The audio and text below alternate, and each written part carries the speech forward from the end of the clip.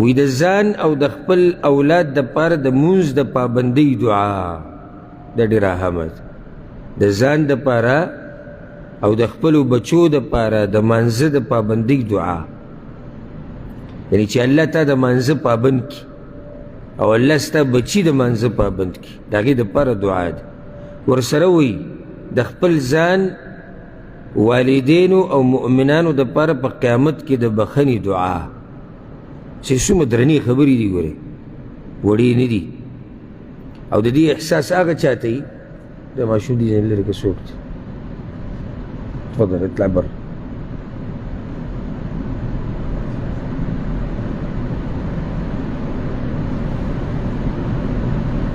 کوم چې د کار دی هغه نه کیني، او کوم چې بېکار دی هغه راځي.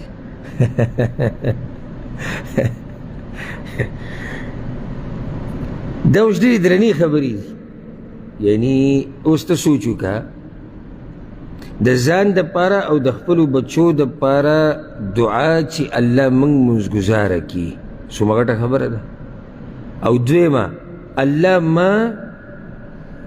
او زما مور پلار او عامو مؤمنانو ته د قیامت په ورځ بخښنه وکړي. دا وړې خبرې دي، غټې خبرې دي. تاسو یې غواړئ که نه غواړئ؟ غواړئ دا چې تاسو د مانځه پابند شئ، او غواړئ دا هم چې ستاسو بچي د مانځه پابند شي،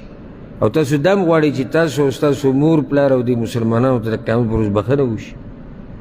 نو دا صرف په ارمانونو باندې نه کېږي چې ډډه سړي لګولې او چې وبه شي.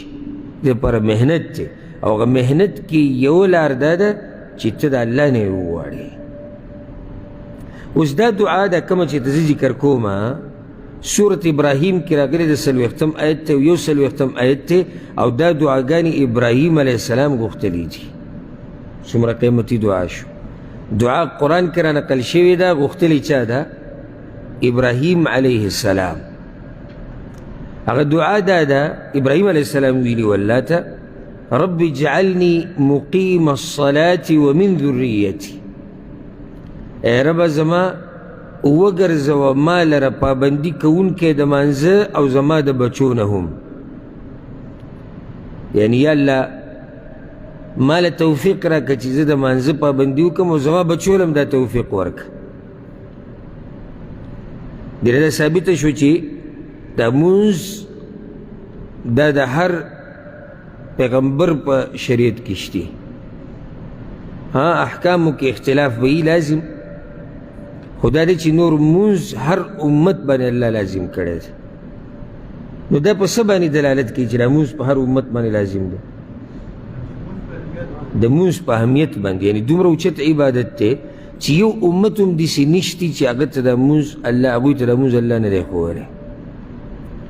بله خبره، یعنی پیغمبر الله ته دا وایي چې ما د مانځه پابند کا، یعنی دا مونځ په دې کې گنجایش د پیغمبرانو سره هم نشتی. یعنی پیغمبرانو سره دا گنجایش نشتی چې مونځ پکې پرېږدي. اوس دا ما ته پته نشته که تاسو پکې سالار پیدا کړي د گنجایش، جدا خبره ده. خو پیغمبرانو ته هم گنجایش قرآن او حدیث کې چې څه دي، نو د هغې په رڼا کې پیغمبرانو ته هم گنجایش نه و چې هغوی دې د مونځ پرېږدي. که ورته اخري وخت کې پیغمبر صلی الله علیه وسلم باندې چې د مرګ دا بیماري راغله، هغه مشهوره واقعه د سیرت کې بیان شوې ده چې یعنی پیغمبر صلی الله علیه وسلم ځان له اوبه راوغوښتې د یو څو کوونه، او دا په ما راواړوئ چې زه لږ رابیدار شم. نو چې اوبه به پرې واړولې، نو د مانځه تپوس به وکړو خلکو مونځ کړی که نه؟ نه وي یا رسول الله ستاسو انتظار کوي. بیا به بېهوشي راغله، بیا به اوبه ور واړولې، بیا به راپاڅېدو، بیا به بېهوشي راغله. په دې ټول هر څه کې د هغه غم دې سره دی چې دا مونځ کول غواړي. یو سړي باندې چې د مرګ بیماري او داسې سخته بیماري ده چې بېهوشه کېږي پکې، او هغه سره غم دا دی چې دا مونځ دې خلکو کړی که نه، اخره کې چې ونه شوه، وی ابوبکر صدیق ته ووایه چې امامتي ورکړي، زه به کور کې دلته وکړم. بیا هم پرېښودی نه دی، ګورې یعنې بیا پکې هم دا نه شي چې مونځ یې پرېښودو، بیا یې کور کې وکړو. دویمه واقعه، عمر بن خطاب رضی الله عنه، ابو لؤلؤه مجوسي خبیث یو څو ګزاره په چاړه باندې و، د کلمې وله وشلولې، کلمې وله سورۍ کړې. یو رکعت هغه کړی دویم رکعت ته عبدالرحمن بن عوف مخکې شو خلکو ته امامتي پوره کړه او هغه خلکو یوړو کور ته چې کله هوش کې راغی نو دا تپوس یې وکړي خلکو د مانځه سي چل کړی امیر المؤمنین او خلکو مونځ پوره کړی ستاسو هغه پاتې دي هغه یو رکعت هغه په حقه وخت کې کړی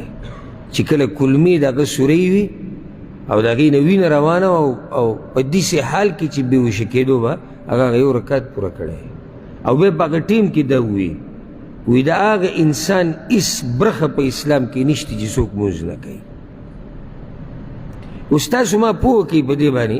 چې پیغمبر صلی الله علیه وسلم باندې د مرګ په بیمارۍ کې بېهوشي راځي او ده سره د مانځه غم دی او ګنجایش ورته نشته چې پرېږدي عمر بن خطاب په چړو والی شوی دی کلمې سورۍ دي او هغه سره د مانځه غم دی او زمونږ که معمولي په سر باندې بوج راشي بیا جومات ته نه راشو یاره وایي نن مې طبیعت ښه نه و دا پکې نوی عذر راوتی دی قرآن او حدیث کې خو نشته خو عذر شتي خلکو سره چې نن مې طبیعت ښه نه و او نن جو لږ مصروفه شو او جو ملګری راغی او جو پلانې شی روان و پلانې روان و دا پالتو عذرونه حیام سړي له نه ورځي یو نیم سړی که ګناه وکړي نو بیا اقرار هم کوي زما نه ګناه او غلطي هغه شوې ده نو یو نیم دومره بې حیایي چې بیا هغه خپلو ګناه له پرتوګونه هم جوړوي نه هغه خو موږ خو ډېر ښه خلک یو خو دا مسله پکې راله او دا پکې راله او دا پکې راله نو په تیرو د پاسه تیره ده ګناه مو که او بیا ګناه له عذرونه هم ګوره چې دا کار ما دې د لاسه کړی دا ما دې د لاسه کړی ابراهیم علیه السلام وایي ای ربه زما وګرځوه ما لره پابند د مانځه او بچي زما هم بله فایده د بچو دپاره خلک دا قسمه دعاګانې غواړي ځکه چې دا خبره یاده که دا خبره چې کله ستا بچي د مانځه پابند که نه او د الله حق یې پېژندو نو هغوی به ستا حق هم پېژني هغوی به د مور حق هم پېژني هغوی به د هر چا حق پېژني ځکه چې د الله حق پېژني د الله نه یېرېږي او چې د الله نه یېرېږي نو دی بیا د الله په لار نیغ رواني بچو ته الله وښایي او دین ورته وښایي نور ته بېغمه شه چې الله دې ورته وښو ته هم پېژني او دا مور هم پېژني او دا بچي هم پېژني او دا خویندې وروڼه هم پېژني او دا معاشره او هر څه پېژني ځکه چا دا خبره لیکلې وه ډېره مزیداره پر نیټ باندې وایي چې چا باندې کم مور پلار چې بچو باندې داسې وکړي چې ډېر اعلی تعلیمونه پرې وکړي د هغه نه ډاکټر انجینیر او پروفیسر او څه شی ته جوړ شي نو بیا هغه سره د مور پلار ورسره ډېر په طریقه خبرې کوي دی غوسه کېږي او بل وي دی خفه کېږي حالانکه هغه دی ډاکټر انجینیر او دومره سبقونه پرې ویلي او چې دین دې ورته وښو که نه نو هغه به تا سره په ارام خبرې کوي د مور پلار دي چې خفه رانشي رانه چېرته او چېرته د مور پلار غوسه نه شي نو چې الله دې ورته وښو بیا ترې بېغمه شه او چې دین دې ورته وښو بیا ترې بېغمه شه که چې دین دې ورته وښو نو دین به ورته هر څه وښایي چې دین ورته تا ور وښو نو دین به هغه ته هر څه وښایي او چې دین دې ورته نه یې ښوولی که نه او الله دې ورته نه یې ښوولی والله که سړیتوب په ده کې راشي الا دا که یو سړي باندې الله رحم وکړي داسې شوي دي خو هغه نادرا دي لږ دي چې مور پلار ورته نه دی ښوولی او هغه خپل یو الله ورله توفیق ورکړی دی الله ورته نیغه لاره ښوولی خو هغه لږ دي نور چې کور کې تربیت برابر ونه شي نو دی اکثر چې دی په ګډو وډو سري د بچو دپاره به دا دعاګانې غواړي چې الله زما بچي د مانځه پابند وګرځوه اکثر دا مسافر دي ځینې رینګو کې نو تپوس دې کوي سکول ته تللی وي او که نه وي او پټي ته تللی وي او که نه وي واښه راوړي او که د وښو پورې تپوس دې وکړي واښه راوړي که نه او څنګه هغه پټی م واړوو که نه او کت او پلانې بر لږ دا تپوس وکړي وکړي ته جومات ته ځې که نه ته منزل ځې ته الله پېژنې ته پیغمبر پېژنې ته د ګیرې د څه حال دی ګیره وړه کړې خو یې نه ده که نه ګیره خو یې لرې کړې نه ده که نه څنګه د چا سره کښېنې پاسې دا معلومات تیم لږ کوه او که دا معلومات دې کول که نه دا بچی به دې په مستقبل کې د سترګو د یخوالي سبب وګرځي او پټي ته ځي او دیاړۍ له ځي او هلته ځي او دلته ځي دا تپوسونه تاله فایده نه درکړي دا وختي طور خبرې دي وختي طور کوي 100 روپۍ دې راوړي ته به ترې خوشحاله یې او که دا روپۍ بندې شو نو بیا دې څه بیا ترې خفه یې ځکه چې خو ټوله قصه د دنیا روانه وه. نو د بچو د مانځه ډېر خیال ساتئ. راولئ یې ځان سره کم ملګرو سره چې بچي دي کلیو کې علاقو کې هغوی ته دا نصیحت دی دلته که چا سره خپل بچیان سره د وړوکوالي نه په جوماتونو کې عادت کوئ. د وړوکوالي نه جومات ته راولئ مانځلی راولئ. پرېږده چې دی وګوري دا خلک چې سړي په کوم ځای کې مونځ کوي او سړي څنګه مونځ کوي. نو مونځ کوي نه او که کوي نو ورته وایي د مور سره یې کوه. هغه بیا ټول عمر له جومات نه پټېږي. لکه ډېر پکې داسې شتي موږ کې ډېرې شتي جومات ته نه راځي. نو هغو ته وړوکوالي کې هم دا ویلی شوي دي چې ته د چا سره مونځ کوه په مور سره دې مونځ کوه. نو هغه اکثر کور کې کړی بیا په هغه باندې عادت شوی. راولئ کور ته او چې کومه ماشومه ده جنۍ ده هغې ته وایه مور سره ودرېږه مونځ به کوې راپاڅوې سهار منځله او ته بیا وینې چې کور کې برکت څنګه راځي. ځینې د عربو دا ماشومان وینم که نه سهار منځه کې او په دې لاره را رواني زه یې وینم داسې ټالۍ وهي غریب او راپاڅولی رالېږلی. دا مور پلار هغه مور پلار دي چې په دې بچو باندې خفه کېږي چې دی په وړوکوالي کې سهار منځه ده راپاسي او ټالۍ وهي را روان دی او اکثر به دلته منځه کې چې دی جټکه مټکه وهي ویده پروت وي. سوچ وکړه چې دا ماشوم به په روان وخت کې څومره کامیابېږي. او ځکه امام احمد بن حنبل رحمه الله وایي امام دی ګوره الله ته هسې امام نه دی جوړ کړی. د ده پلار یعنې دی وړوکی و چې پلار یې مړ و یتیم و او وایي چې کله زه لږ رالوی شوم او په ښه بد باندې پوه شو نو وایي زما مور ما ته یاد دي وایي چې زه به راپاڅېدم جمع به و سخت د جمعې دا شپې به وي نو چې زه به راپاڅېدم زما مور به وایي ما ته اوبه ګرمې کړې وه به یې ښودې بچې وایي اودس کوه. په هغې به ما اودس وکړو جومات لرې و تیاره وه بیا هغه وخت کې نو وایي زه به یې ځان سره جومات ته بوتلم جومات ته به راسره دا مور تله او بیا به راته ولاړه وه چې کله به ما مونځ ختم کړو راوبوتم نو بیا به یې لاس نه ونیو بیا به یې کور ته راوستم.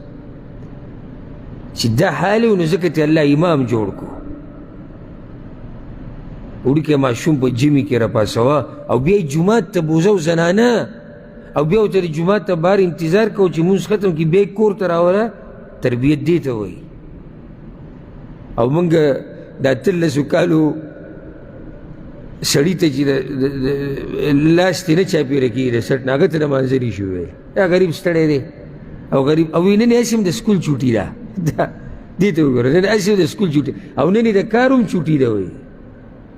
یعنې موږ که مونځ کوو نو او که کوو نو کله یې کوو چې کله سکول ته ځو او یا مزدورۍ له ځو. که مزدوري نه وه سکول نه و بیا نو دا خو د الله دپاره هم نه شو که د الله دپاره وي بیا خو سړی په هر ټایم کې کوي. نو دا ډېره قیمتي دعا ده. ربنا وتقبل دعا ای ربه زمونږ او ته قبوله که دعا. ورما تاسو ته انسان که ډېر څه دغه وکړي خو کوتاهي پکې پکار ده چې د عنوان کې دا خبره لیکلی وې